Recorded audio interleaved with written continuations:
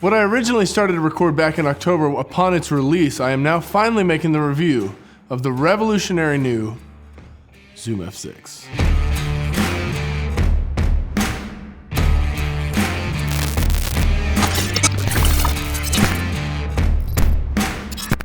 I'm Oliver, and these days I just do straight up reviews. We're not doing any bullshit before the review. Let's just jump right into it. We're gonna talk about this as a function of signal chain, from powering the recorder to how it records, even into post-production. So the coolest thing about the power is they actually mounted a Sony NP-F battery mount, which is really helpful because these are the types of batteries I use for lights, also for my F8, which is what's being recorded right now, which is my main field recorder. For them to actually put a mount on here to take these batteries is really, really helpful. However, remove the batteries, it's powered by 4 AA's. It doesn't last very long, but the battery compartment down here, you can simply unscrew, and this precious little compartment comes out where you put your 4 little AA's. It's really cute, it's really nice. But again, that doesn't last very long for me, maybe just a couple hours. Whereas if I'm using one of these Sony NP-F batteries and I'm using a knockoff by Dracast and it's about 7,800 milliamp hours, this will power it for like 3 straight days of constant use. So just get one of these. They're like 40 bucks on B&H Photo. You can also plug it in directly to the wall if you need to, but if you have one of these, you really shouldn't need to. Then you're super on the go and you're ready to roll. Next thing, how do you mount the recorder? Well, it does come with the standard 1/4-20 threading mount on the bottom of the recorder where you can put it on top of a camera with like a magic arm. It is kind of heavy with a battery. You can put it right on a light stand if you're doing a stationary interview situation, or else you can slip it into an audio bag. It would fit in something like that. It is pretty small. The form factor is nice and little. It's about the size of the Zoom H6 or the H4n. It's just real small and bricky and blocky. Something funny that they did do though, is they have these almost like belt clip mounts, which is the same thing they put on the F1. And I guess that makes sense for the F1 because you could thread it into somebody's belt. But for this recorder, I don't know why you would ever want to put it on a belt unless you like put it right on the front of your belly or something. But it doesn't make a ton of sense. And honestly, I don't know why they're there. There's these kind of rolly rubber things. I guess if you want to just slide it around on a table or something, who knows? Whatever you're doing, Zoom, we like the sound, so you do you. So as a function of the recorder itself for recording, there are 6 XLR channels, no TRS inputs in the middle like the F8, which is too bad, but honestly, if you're recording film stuff, you will need XLRs anyway, so that's not a huge deal. There's an 1/8" 3.5mm headphone output, same with a time-coded output and input with a 3.5mm, and there is a line out for syncing as well. What is cool about the output routing is you can actually choose it, just like the more professional Zoom F8, which means if you're recording, say, 3 inputs, you can actually send just your main boom out to the camera operator, whoever needs that signal for time coding or for syncing, just for audio syncing. And that's really important because you don't want to be just sending a mix to somebody because that can sound cluttered and chaotic. You can choose also in this menu, pre-fader and post-fader, which means the signal pre your gain or the signal post your gain. Very important when going to a camera. The headphone output options, you can actually send a digital boost if your headphones are too quiet. I've never ran into that, but that option is there as well. Going through your menu options, in the record menu, you have an option to choose what bit depth you want to record with. They have 16-bit, 24-bit linear, they have 16-bit, 32-bit, 24-bit, 32-bit dual as well. And what that means is it's going to record both the 32-bit float plus a more linear 24 or 16-bit if you have storage issues. But if you use a 64 gigabyte SD card in here, you're not going to run into issues with the 32-bit. It's not near as big as footage, for example. I always go 32-bit float because that is a huge upgrade in this recorder.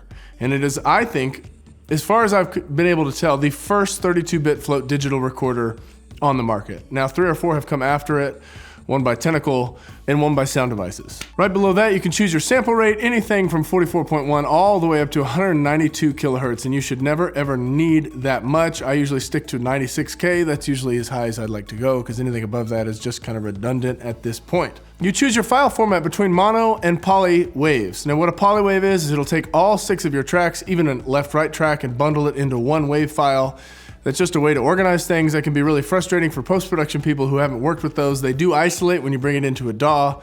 I usually just record it straight up to different tracks in the subdirectory, and that's just called mono/stereo. In the metadata, you can choose scene and track names just like you can with the F8. And finally, you can turn a left-right submix track on if you want. I have never needed that. I guess the only option for wanting to do that is like recording a live band or a recorded band, and you're gonna get like a mix within the recorder. But again, you're gonna have to be really well mixed while you're recording for that to make sense. But that option is there should you need it. Pre-record is another option you have in the menu, and that's a 3-second pre-record, which means the recorder is always listening. So when you hit the record button, it'll have the first 3 seconds before you hit record on the track. That's nice. If you're late hitting a record, you have 3 seconds of buffer. If you're on set and you are sleeping on the job and you hit record, you're still gonna catch 3 whole seconds of audio up until hitting record, which is nice. You have all the same robust time codes as you do in a more professional recorder, which is really nice. And then you get in system menu and have all these different options, from using a Bluetooth, from the F6 control app, which I haven't even tried. Set all your settings, date and time, resets, all stuff like that, firmware, language. Standard stuff right there. Now, a couple little things that are ancillary but really, really important is you do have phantom power on all 6 XLR inputs, which means you can power 6 microphones that require phantom, such as a shotgun mic overhead or whatever you're using. They also have a line input option, which is very, very important if you're a wedding filmmaker.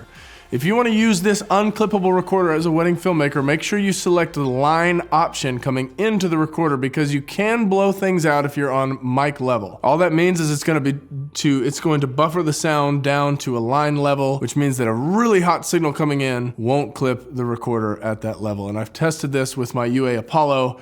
Seems to work the same way on all boards. So this is like the premier wedding audio recorder. It'll solve all your problems, literally.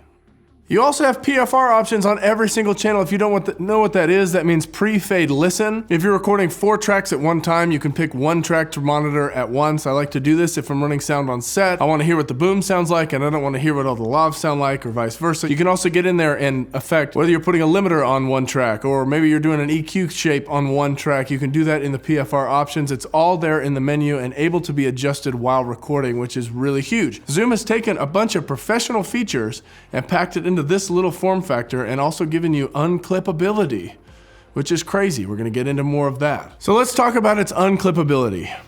This recorder has 2 things that are revolutionizing the way audio is recorded in our industry, especially for the freelance filmmaker, the type of people that go out and do everything as a one-man, one-woman show, like I've done for many years. What they've done is given you 2 things.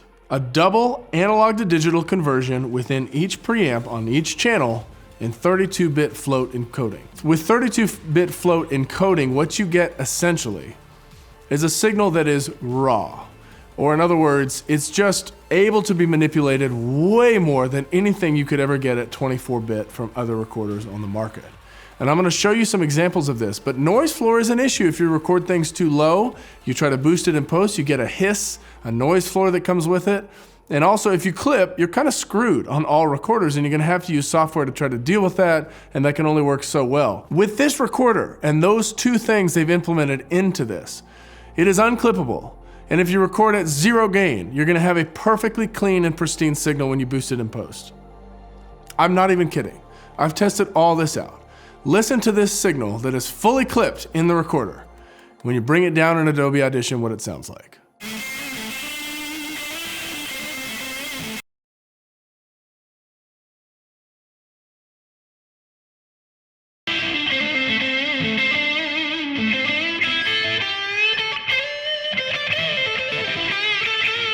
Like unbelievably too hot when we're talking about the Zoom F6 to see what it's going to sound like in post-production.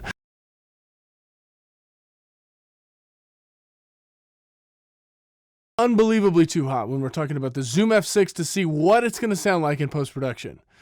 Can we normalize these signals? And now listen to this signal, which was recorded at 0 gain, which normally would create crazy noise floor, like insane how clean it is in post.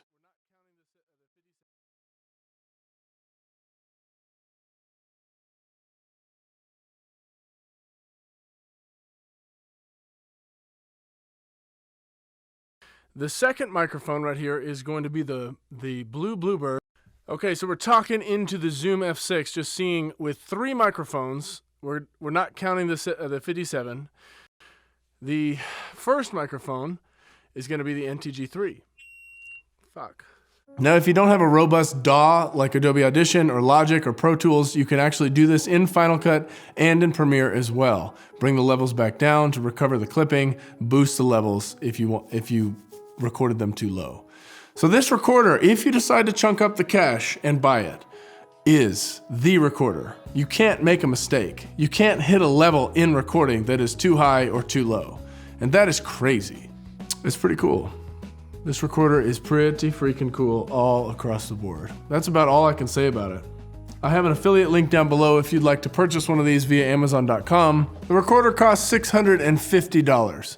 So that's pretty steep, but that investment will essentially take your ability to monitor the audio and outsource it to the recorder itself, which is saying a lot. So consider buying one, link below. Hope you all are doing well. Hope this helped you consider what to buy in your adventures of filmmaking, and I will see you next week.